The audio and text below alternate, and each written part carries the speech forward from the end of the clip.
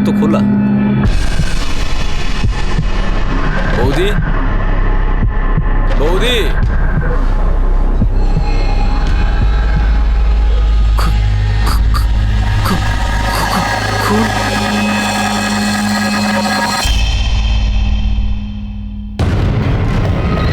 লোকটা এইভাবে খুন হয়ে গেল। চলুন চলুন, এখানে ভিড় করবেন না, যান এখান থেকে, যান যান এখান থেকে।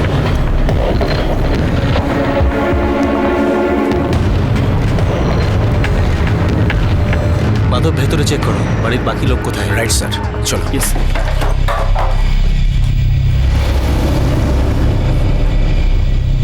স্যার, এদিকে আসুন, আরেকটা লাশ।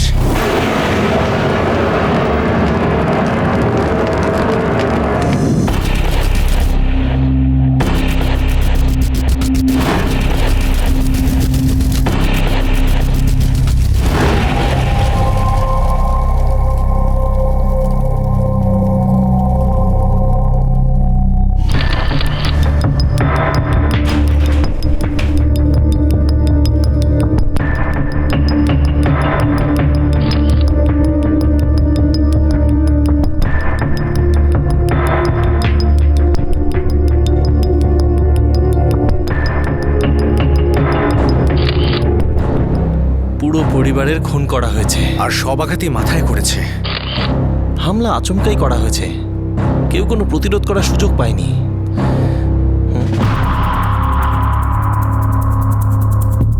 মাধব স্যার, ঘরের মেন দরজা তো ভেতর থেকে বন্ধ। স্যার, প্রকাশের অফিস থেকেও তো ভেতরে আসা যায়।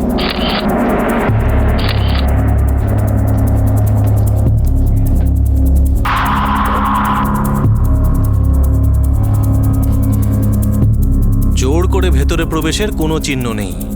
হয়তো চেনা পরিচিত কেউ, স্যার। মাধব, লাশগুলো পোস্টমর্টমের জন্য পাঠিয়ে দাও। এটা আমাদের কেরিয়ারের সব থেকে বড় হত্যাকাণ্ড।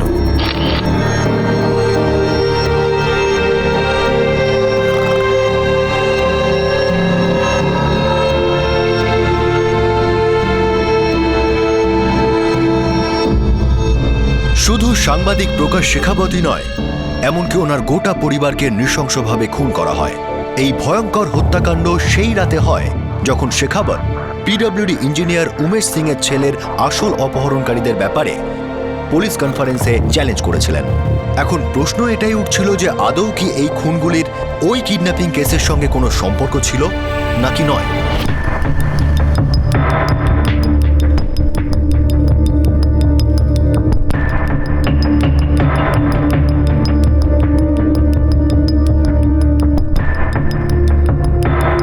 স্যার, প্রকাশবাবুর ড্রাইভার গোবিন্দ এসেছে। এটা কি অনর্থ হয়ে গেল সাহেব? কাল সন্ধে পর্যন্ত সবকিছু ঠিকঠাক ছিল, এখন সবকিছু শেষ হয়ে গেল। আমার তো বিশ্বাসই হচ্ছে না যে সাহেব আর মেম সাহেব, এমনকি বাচ্চাদেরও। গোবিন্দ, কালকে শেষবারের মতো কখন সাহেবকে দেখেছিলে? আপনাদের সাথে প্রেস কনফারেন্স শেষ হয়ে যেতেই সাহেব আমাকে বললেন, গোবিন্দ বাড়ি চল।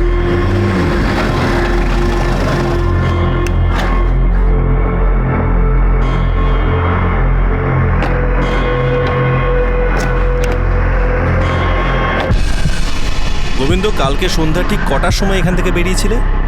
6:30 বেজে গিয়েছিল সাহেব। প্রত্যেক দিন সন্ধ্যে 6:30 নাগাদ আমার ছুটি হয়ে যেত। মাধব, স্যার, মিস্টার প্রকাশের ফোন রেকর্ড চেক করো।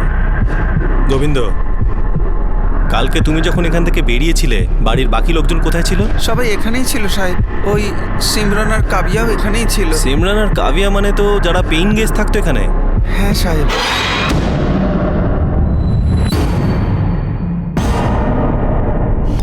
মাধব, বাড়ির প্রত্যেকটা কোণা দেখো, হয়তো আরো লাশ খুঁজে পাবে। স্যার, চলো।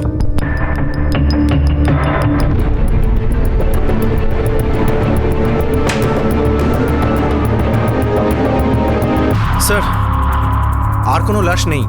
মনে হয় অ্যাটাকের সময় মেয়ে দুটো বাড়িতে ছিল না। গোবিন্দ, এই দুটো মেয়ের কোনো ফোন নাম্বার আছে তোমার কাছে? না সাহেব, আমি শুধু এটুকুই জানি সাহেব যে ওদের বাড়ি ওই উমারিয়া গ্রামেতে। মাধব স্যার, একটা টিম উমারিয়া পাঠিয়ে দাও। মিস্টার প্রকাশের কোনো আত্মীয় আছে? আমাদের সাহেবের একজন ভাই আছে সাহেব, উনি ভোপালে থাকেন। ওনার একটা খবরের কাগজের এজেন্সি আছে। ওকে খবর পাঠাও। বলো আমার সাথে এসে যেন দেখা করে। সবার মাথার পিছনে আঘাত করা হয়েছে, খুবই জোরালো আঘাত। লোহার কোনো হাতিয়ার ব্যবহার করা হয়েছে। আচমকে এই হামলা করা হয়েছিল? হ্যাঁ, দেখে তো তাই মনে হচ্ছে, কারণ কোনো ধস্তাধস্তির চিহ্ন তো দেখতে পাচ্ছি না। অ্যাটাকের টাইম রাত 11টা থেকে 12টার মধ্যে। গোবিন্দ মিস্টার প্রকাশকে বাড়িতে ড্রপ করেছিল 6টা নাগাদ। তার মানে মিস্টার প্রকাশের বাড়িতে পৌঁছানোর 5-6 ঘন্টা বাদেই আক্রমণ হয়েছে। মেবি। তার মানে গোবিন্দই শেষ মানুষ যে এদেরকে জীবন্ত দেখেছিল, অফকোর্স হত্যাকারীদের ছাড়া। স্যার, সিমরান আর কাবিয়ার খোঁজ পাওয়া গেছে। 1 ঘন্টার মধ্যে পুলিশ স্টেশনে আসছে। Good job Madhav.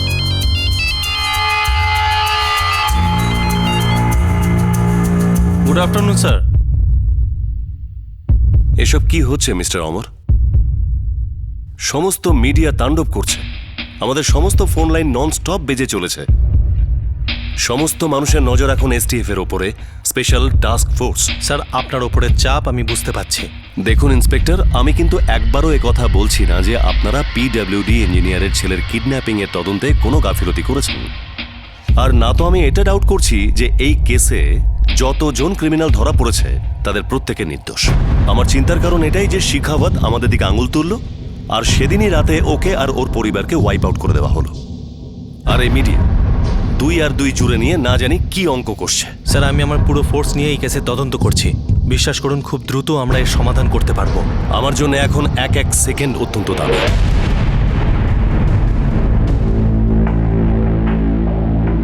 স্যার, আমরা কাল সন্ধ্যে 7টার সময় প্রকাশ আঙ্কেলের বাড়ি থেকে বেরিয়ে গেছিলাম। আমাদের 8টার সময় ট্রেন ছিল স্যার। তোমরা চলে যাওয়ার কয়েক ঘন্টা বাদেই শেখাবত ফ্যামিলিকে খুন করা হলো। কাবিয়া, সিমরান, তোমরা দুজন বাড়ি যাওয়ার জন্য কালকের দিনটাই কেন বাঁচলে? স্যার, আমাদের এক্সাম কাল শেষ হয়েছে। আমরা আমাদের বাড়ি যাওয়ার জন্য অনেক আগে থেকেই টিকিট কেটে রেখে দিয়েছিলাম। আর প্রকাশ আঙ্কেল নিজে আমাদের ট্রেনের টিকিটের কনফার্মেশন করিয়েছিলেন স্যার। আপনি চাইলে টিকিট দেখতে পারেন।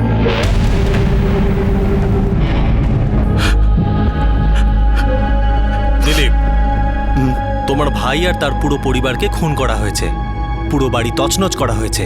আমরা চাই যে তুমি গিয়ে আইডেন্টিফাই করো যে কি কি জিনিস চুরি হয়েছে। ইন্সপেক্টর সাহেব, আমি এখন বাড়ি থেকেই আসছি। প্রায় 4 লাখ টাকার ক্যাশ পাওয়া যাচ্ছে না, আর প্রায় 22 ভরির কাছাকাছি সোনা। তোমার ভাইয়ের কারোর সাথে কোনো শত্রুতা, বিশেষ করে এমন কেউ যার নজর এই সম্পত্তির ওপর ছিল? এমন অনেকেই আছে যারা দাদাকে পছন্দ করতো না ওনার সাংবাদিকতা স্টাইলটার জন্য, কিন্তু দাদা আমাকে কোনোদিন কোনো শত্রুর কথা সেভাবে বলেননি। হ্যাঁ, এটুকু বলেছিলেন যে নানা হুমকি পান আর খুব ডেঞ্জারাস লাইফ ছিল ওটা। হতে পারে এই চুরিটা আমাদের চোখে ধুলো দিতে করা হয়েছে, কিংবা আসল উদ্দেশ্যকে লুকানোর জন্য।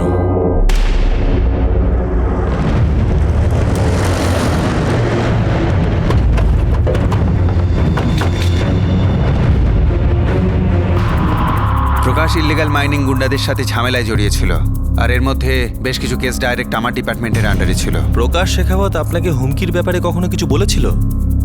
আপনার কোনো আইডিয়া আছে যে কারা এরকম হুমকি দিতে পারে? সন্দেহভাজন কেউ? সরি, আপনি ইমিডিয়েটলি জিজ্ঞেস করছেন তো, তাই মাথায় কিছু আসছে না। কিন্তু এই মাফিয়ারা খুবই বড়, অনেকটাই বিস্তৃত। মিস্টার উমেশ, আপনার ছেলের কিডন্যাপিং এর ব্যাপারে আপনি কিছু লুকাচ্ছেন না তো আমাদের থেকে? আমি কেন সত্যিটা লুকোবো? আমি তো ততটুকুই জানতাম যতটুকু আপনি আমাকে বলেছেন বা মিডিয়াকে বলেছেন। ইনফ্যাক্ট আমি নিজে প্রকাশ শেখাবতের অভিযোগের পর অবাক হয়ে যাই। আমার মনে হয় আসল কিডন্যাপাররা এখনো বাইরে, আর এ ব্যাপারে আমি সত্যিই চিন্তিত। আর সত্যি বলতে কি, এই ঘটনার পরে আমার শরীরের রক্ত তো হিম হয়ে গেছে।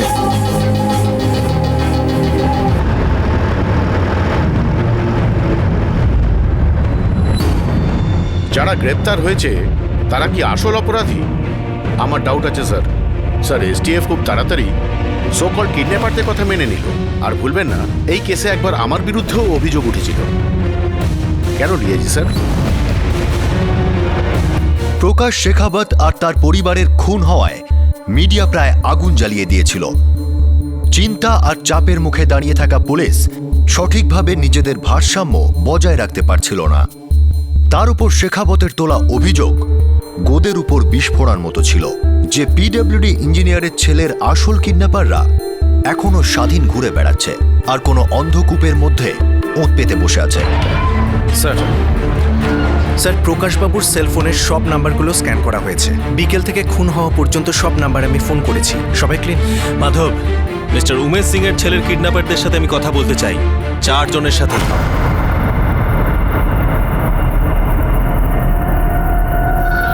কিডন্যাপিং এর টাকা কোথা থেকে জোগাড় হয়েছিল? যত তাড়াতাড়ি পারিস বলে দে, না হলে কিন্তু পরের জন্মে গিয়ে তোরা বলবি। স্যার, কেউ আমাদের টাকা পয়সা দেয়নি, আমরা নিজেদের মধ্যেই জোগাড় করেছি স্যার। কার হাত আছে তোদের মাথার উপরে? আমরা সত্যি বলছি, আমাদের সাথে আর কেউ ছিল না, আমরা 4 জনেই করেছি। মাধব, স্যার সব কটা হাড় ভেঙে ফেলো এদের মেরে। ততক্ষণ মারো যতক্ষণ না এরা সত্যি কথাটা বার করে। মারো এদের।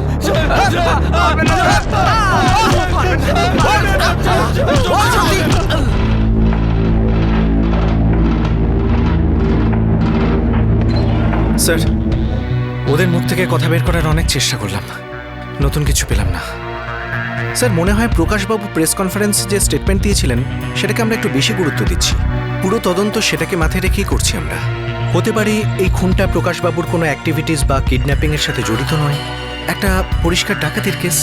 এটা হতে পারে মাধব, কিন্তু এখনো পর্যন্ত আমাদের হাতে এমন কোনো প্রমাণ নেই যেটা প্রমাণ করে প্রকাশবাবুর অ্যাক্টিভিটিসের সাথে এই খুনের সম্পর্ক আছে। স্যার, আমি প্রকাশবাবুর সেলফোন রেকর্ড চেক করেছি, একটা নাম্বার থেকে 6টা মিস কল ছিল, 7টা থেকে 7:20 মধ্যে। কার নম্বর এটা?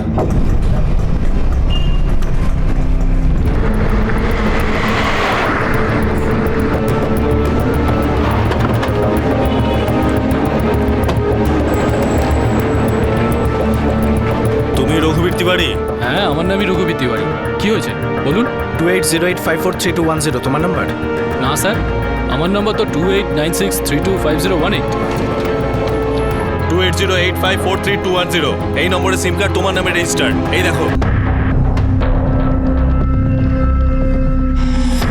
আর তুমি এই নাম্বার থেকে প্রকাশবাবুকে একটা নয় 6টা মিসড কল দিয়েছো। 6টা মিস কল এই নাম্বার থেকে? 280854। হ্যাঁ হ্যাঁ হ্যাঁ স্যার, মনে পড়ে গেছে।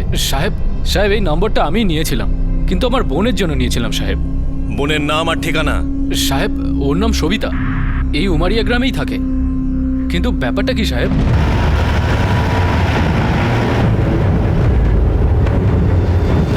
মাধব, কি মনে হয় এই সবিতার কোনো প্রকাশ শেখাওয়াতের সাথে কানেকশন বার হবে না? মানে অ্যাফেয়ার টাইপের কিছু? স্যার, প্রকাশবাবুকে আমি বহুদিন ধরে চিনি, ওনার বেশ কিছু আর্টিকেলসও পড়েছি আমি। ওনার ট্র্যাক রেকর্ডও বেশ ভালো। উনি খুব গরিব ঘরের ছেলে ছিলেন, খুব কষ্ট করে বড় হয়েছেন। আমার মনে হয় না ওনার মতো একজন সাংবাদিক কোনো অ্যাফেয়ার ট্যাফেয়ারে জড়িয়ে পড়বেন। সম্মানটাই তো বড় কথা স্যার।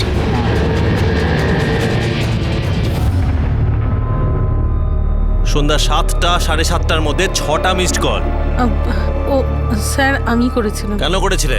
একটা অসুবিধা ছিল, যে ব্যাপারে শেখাবত স্যারের সাথে আমি কথা বলতে চাইছিলাম। এমন কি অসুবিধা ছিল আপনার? হ্যাঁ, আমরা একটু শুনি। স্যার, আমার একজন প্রতিবেশী আছে, ও জবরদস্তি আমার জমি দখল করে নিয়েছে। আমার সাহায্যের দরকার ছিল।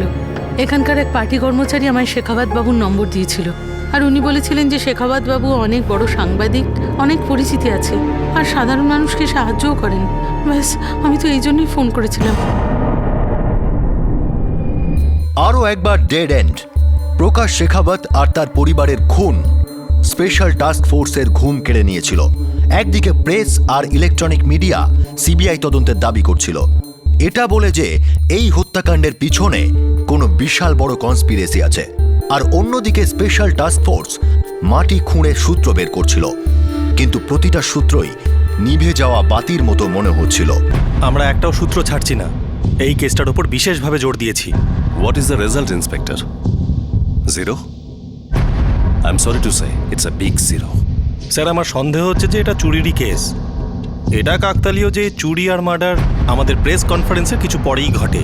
যেহেতু মিস্টার প্রকাশ মাইনিং মাফিয়াদের সাথে লড়াই করছিলেন, তাই এই কেসকে এমন রং দেওয়া হচ্ছে যেটা আদপেই নয়। দেখুন ইন্সপেক্টর অমর, আপনি যা বলছেন আমি তাকে সত্যিই মেনে নিচ্ছি। তাহলে আপনি ওই চোরদের কাছে, ওই অপরাধীদের কাছে পৌঁছতে পারলেন না কেন? মনে রাখবেন, এই কেসটা পুরো স্টেট আর পুলিশ ডিপার্টমেন্টের সম্মানের প্রশ্ন হয়ে দাঁড়িয়েছে। আপনার যা হেল্প লাগবে আমি করব, কিন্তু আমি এই কেসের ফাইলটা বন্ধ দেখতে চাই, আর সেটাও তাড়াতাড়ি। ইয়েস স্যার, এই ফাইল অবশ্যই বন্ধ হবে।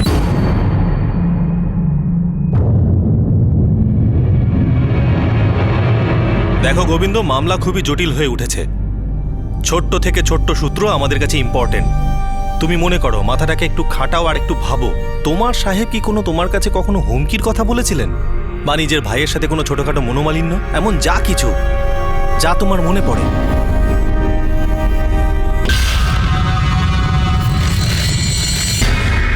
না সাহেব, না। আমার সাহেবের তো নিজের ভাইয়ের সাথে খুব ভালো সম্পর্ক ছিল সাহেব, কখনো কিচ্ছু হয়নি। আমার সাহেবই তো ওনাকে সব কিছু করে দিয়েছিল, ওনার ব্যবসা, ওনার বাড়ি, সব কিছু। আর অন্য কোনো হুমকির কথা? সাহেব, সত্যি বলবো, আমার সাহেব খুব কম কথা বলতেন। আমি তো ছিলাম মামুলি একজন ড্রাইভার, তাই আমার সাথে হ্যাঁ বা নাতেই কথা বলতেন সাহেব। মাধব স্যার, মিস্টার প্রকাশের ভাই দিলীপকে আবার ডাকো। ইন্সপেক্টর সাহেব, প্রকাশ দা খুব খারাপ অবস্থার মধ্যে দিয়ে কাটিয়েছিলেন, খুব কষ্ট করে উপরে উঠেছিলেন। এই সাংবাদিকতা ওনার শুধু পেশাই ছিল না, ওনার নেশা ছিল। এই নেশা ওনাকে অনেক কিছু দিয়েছিল দিলীপ, বাড়ি, সেভিংস। ওনার এই সম্পত্তির উপর কারণ না কারণ নজর নিশ্চয়ই ছিল। যদি থেকেও থাকে তো আমি সেই ব্যাপারে কিছু বলতে পারবো না ইন্সপেক্টর সাহেব, কেননা প্রকাশ দা এইসব কথা আমার সাথে শেয়ার করতেন না। তোমার দাদা নিজের টাকা পয়সার ব্যাপারে কারোর সাথে তো কথা বলে থাকবে নিশ্চয়ই।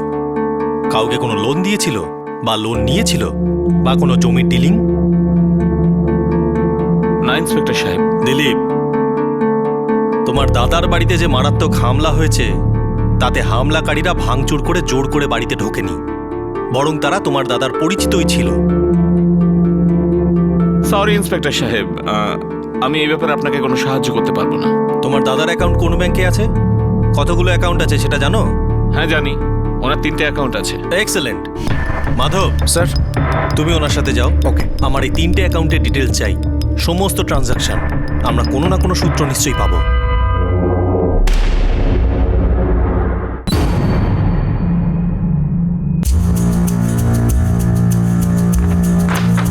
প্রকাশবাবুর 3টে অ্যাকাউন্টের গত 1 বছরের স্টেটমেন্ট, তাই তো? Yes sir. তুমি এই 3টে অ্যাকাউন্টের ব্যাপারেই জানতে? হ্যাঁ ইন্সপেক্টর সাহেব। ভালো করে চেক করো, হয়তো কোনো সূত্র পেতে পারো।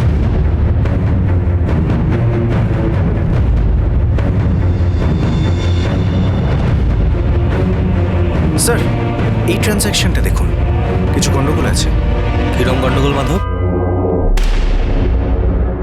অবশেষে পুলিশের হাতে ছোট্ট একটা সূত্র এলো, যা প্রকাশ শেখাবতের ব্যাংক স্টেটমেন্টের একটা ছোট্ট ট্রানজ্যাকশনে দেখা গেল। কিন্তু এই কেস অনুযায়ী এই সূত্রটি স্পেশাল টাস্ক ফোর্সের কাছে সবচেয়ে স্পেশাল সূত্র হিসাবে প্রমাণিত হলো। স্যার, 28শে ফেব্রুয়ারি প্রকাশবাবুর ফ্যামিলিকে খুন করা হয়, রাইট স্যার? রাইট। স্যার, এই দেখুন, 2রা মার্চ ওনার এটিএম দিয়ে 25,000 টাকা তোলা হয়। তার মানে এটিএম কার্ড কেউ হাতে পেয়েছে, আর পিন নাম্বারও। তার মানে ওই ব্যক্তি ফ্যামিলির খুব ঘনিষ্ঠ, কারণ এমনিতে তো কেউ কাউকে পিন নাম্বার জানায় না। এটিএম এর ব্রাঞ্চ কোনটা? Umaria main branch. ট্রানজাকশনের সময় বিকেল 4:30। Excellent job Madhab. এবার যদি এই ব্যাংকের কাছ থেকে আমরা সিসিটিভি ফুটেজ পেয়ে যাই, তাহলে বুঝবে তদন্ত একেবারে শেষ পর্যায়ে। 2nd March 4:30 PM main branch. Alright sir, আমি এই সিসিটিভি ফুটেজটা আপনার পুলিশ স্টেশনে এক্ষুনি পাঠিয়ে দিচ্ছি sir. Yes sir. Welcome to Beaton world. How may I assist you? নতুন ফ্ল্যাটের জন্য একটা স্ট্যান্ড ফ্যান আর কুলার নেব। এই পচা গরম থেকে একটু স্বস্তি চাই। বাজার চলতে সব ব্র্যান্ড আর ভরসাযোগ্য নয়। তার জন্য তো আমাদের ফ্যান আছে, all purpose bullet table fan, ceiling fan. আমাদের সিলিং ফ্যান কিন্তু 30 মাসের ওয়ারেন্টি সহ পাওয়া যায়। আছে ফারাটা 2 বছরের ওয়ারেন্টি, 17 থেকে 20 মিটার এয়ার ফ্লো। মধ্যবিত্তের সাধ্যের মধ্যে একমাত্র ভরসাযোগ্য ব্র্যান্ড বিটন। আমাদের কুলারের কিন্তু অনেক range, 45 litres, 50 litres, 70 litres, 90 litres, 110 litres. Honeycomb সহযোগে বিটনের সব কুলারের ওয়ারেন্টি 1 বছর। চেনা হাওয়ায় অচেনা অনুভূতির জন্য একমাত্র আদর্শ বিটন। গরমে স্বস্তি পেতে বিটনের ফ্যান হোক বা কুলার, আজই আনুন বাড়িতে। Vuitton, digitally yours.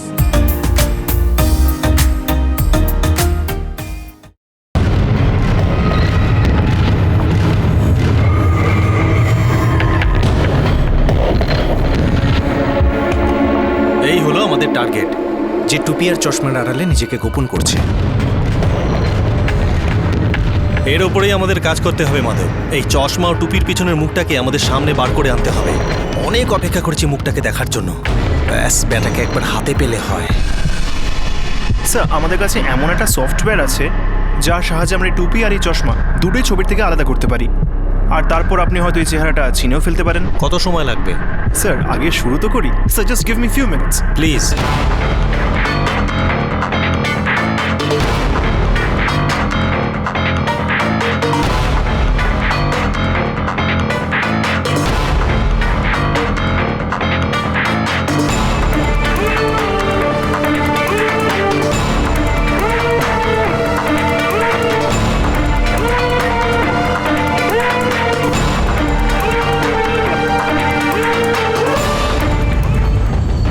Sir, okay হয়তো খানিকটা এরকম দেখতে। মাধব, এই বেটা ড্রাইভার আমাদের ভালোই ঘোল খাইয়েছে। অনেক দূর ঘোরালো দেখছি।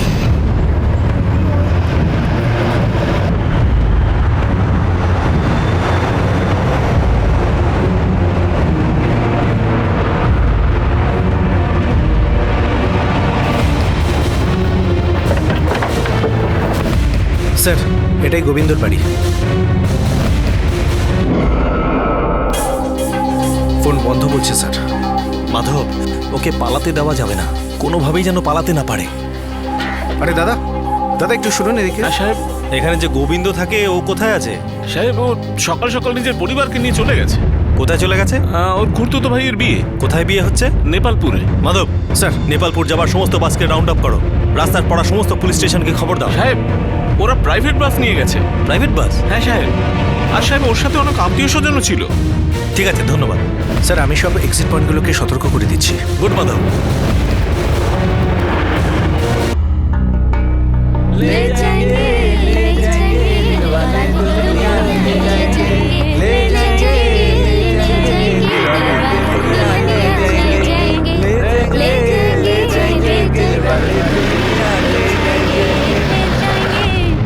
হ্যাঁ স্যার, আমরা সব কিছু চেক করছি।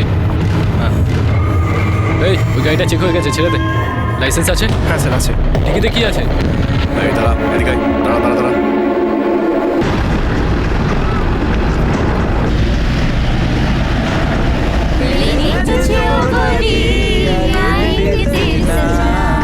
হ্যাঁ স্যার, আমরা সব কটা গাড়ি চেক করছি। স্যার, একটা বাস আসছে।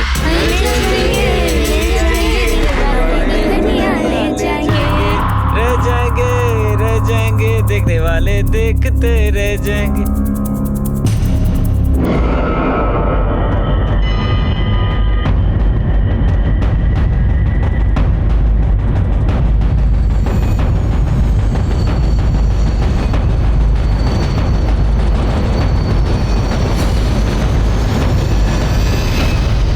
কি হয়েছে সাহেব?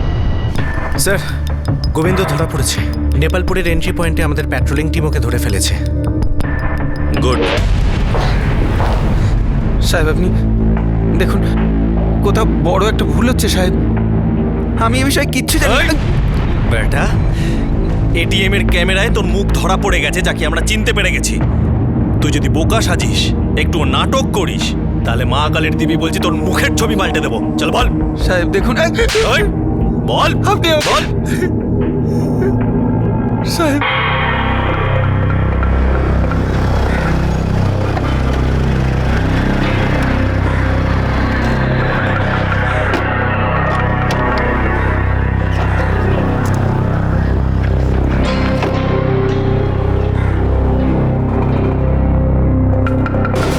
ম্যাম সাহেব, সাহেবের টিফিন।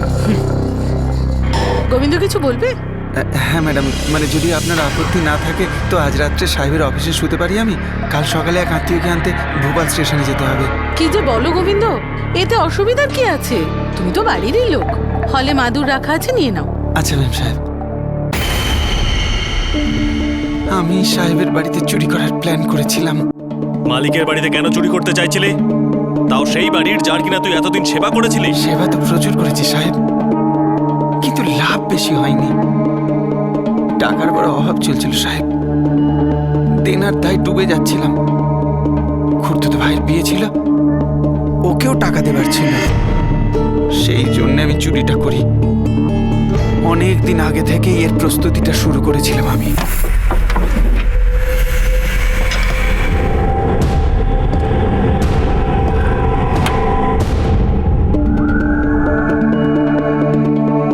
ওই মানুষগুলো তোকে তাদের নিজেদের বাড়ির একজন সদস্য মনে করত। নির্দোষ স্বামী স্ত্রী, নির্দোষ দুটো বাচ্চা।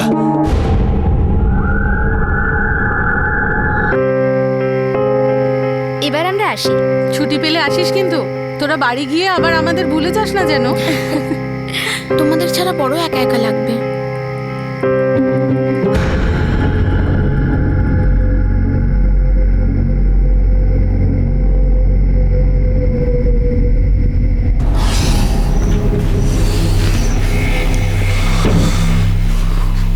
গোবিন্দ, তুই যাসনি এখনো? সাহেব, আমি ওই ম্যাডামের সাথে কথা বলে নিয়েছি। কাল সকালে এক আত্মীয়কে আনতে ভোপাল স্টেশনে যেতে হবে, তাই ভাবলাম আজ এখানে শুয়েই রাতটা কাটিয়ে দেবো সাহেব। ভালো করেছিস, না হলে সাত সকালে আবার উমারিয়া থেকে ভোপালে যাওয়া। আচ্ছা শোন, আমি কিন্তু এখন কাজে বসবো, তুই শুয়ে পড়। চাইলে ওদিককার লাইটটাও অফ করে নিতে পারিস, ঠিক আছে? ঠিক আছে সাহেব, অসুবিধা হবে না।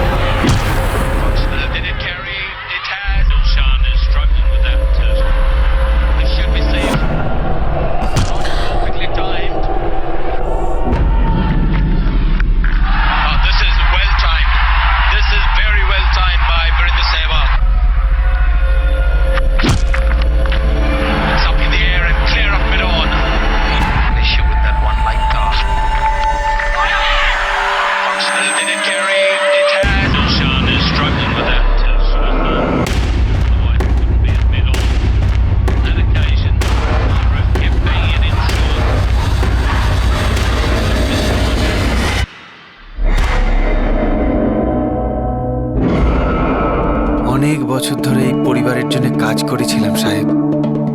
হাতের মুঠোর মধ্যে ছিল সব। ঘরের প্রতিটা কোণা চেনা ছিল আমার। আমি জানতাম কোথায় কি রাখা আছে। চুরির মাল কোথায়? আর ওই স্প্যানারটাই বা কোথায়, যা দিয়ে তুই খুন করেছিলি? সবকিছু আমার বাড়িতেই আছে সাহেব।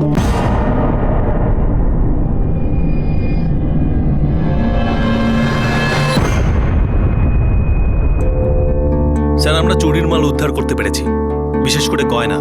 ক্যাশ অনেকটাই গোবিন্দ খরচা করে ফেলেছিল। আর ওই মার্ডার ওয়েপন? স্যার, আমরা একটা স্প্যানার রিকভার করেছি। সুপার ইন্সপেক্টর, এটা একটা খুব জটিল কেস ছিল। প্রচুর প্রেশার ছিল, প্রচুর হতাশা ছিল, কিন্তু আপনি আর আপনার টিম খুব সুন্দর ক্র্যাক করেছেন। এই কেসটার ফাইল ক্লোজ করেছেন আপনি। Good job inspector Amar Saxena, all the best. Thank you sir. Prakash Shekhawat আর তার পুরো পরিবারের খুন একজন চাকরের লোভের পরিণতি ছিল। প্রকাশ শেখাবতের ড্রাইভার গোবিন্দ, যার না তো পিডব্লিউডি ইঞ্জিনিয়ারের ছেলের অপহরণের সঙ্গে কোনো যোগ ছিল, না তো মাইনিং মাফিয়াদের সঙ্গে কোনো লিঙ্কস। ওর সম্পর্ক শুধু ছিল নিজের মালিকের ফিনান্সিয়াল ডিটেইলের সঙ্গে, যা বহুদিন ধরে ও পেতে চাইছিল। ওর মাথায় এই কথাটা বসে গিয়েছিল যে প্রকাশ শেখাবতের সম্পত্তি দখল করে ও নিজের জীবন আরামে কাটাতে পারবে। খুব বুদ্ধি খাটিয়ে ও সেই মুহূর্তের জন্য অপেক্ষা করছিল যখন ওকে সন্দেহ করার কোনো কারণই না থাকে। ও এমন সময় শেখাবত পরিবারের উপর আক্রমণ করল যখন ও জানত যে তদন্ত যে কোনো দিকে মোড় নিতে পারে। কিন্তু আরও একবার পুলিশ এই চালাক আর নৃশংস খুনির থেকে এক ধাপ এগিয়ে গেল। গোবিন্দ কোনোদিন স্বপ্নেও ভাবতে পারেনি যে পুলিশ সূত্রের জন্য যে কোনো স্থানে পৌঁছতে পারে, যা অবশেষে তারা একটা এটিএম ট্রানজ্যাকশন থেকে পেয়ে যায়। এই কেসে স্পেশাল টাস্ক ফোর্সের টিমকে তাদের অসাধারণ পারফরমেন্সের জন্য মধ্যপ্রদেশ সরকার পুরস্কারের কথা ঘোষণা করে। কিন্তু কিছু রহস্যময় প্রশ্ন এখনো মাঝে মাঝে উঁকি দিচ্ছিল। পিডব্লিউডি ইঞ্জিনিয়ারের ছেলের অপহরণ কাণ্ডে প্রকাশ শেখাবতকে বদনাম করার চক্রান্ত কে করেছিল? প্রকাশ শেখাবত এই কিডন্যাপিং কেসের তদন্ত নিয়ে এতটা অসন্তুষ্ট কেন ছিলেন? মিডিয়ার একটা অংশ এখনো এই কথাটা বিশ্বাস করে যে অনেক বড় একটা কনস্পিরেসি ইনভলভ আছে এই কেসটায়। ওনাদের বক্তব্য হলো যে পিডব্লিউডি ইঞ্জিনিয়ারের ছেলের অপহরণ কাণ্ড আর প্রকাশ শেখাবতের পরিবারের খুনের কেসের মধ্যে পুলিশের তদন্ত একদম সঠিক ছিল না, সন্দেহজনক ছিল। ওনারা একটা উচ্চ পর্যায়ের তদন্ত দাবি করছেন। আপনাদের সাথে আবার দেখা হবে, ততক্ষণ সব সময়ের জন্য নিজের খেয়াল রাখুন, সুরক্ষিত থাকুন। জয় হিন্দ।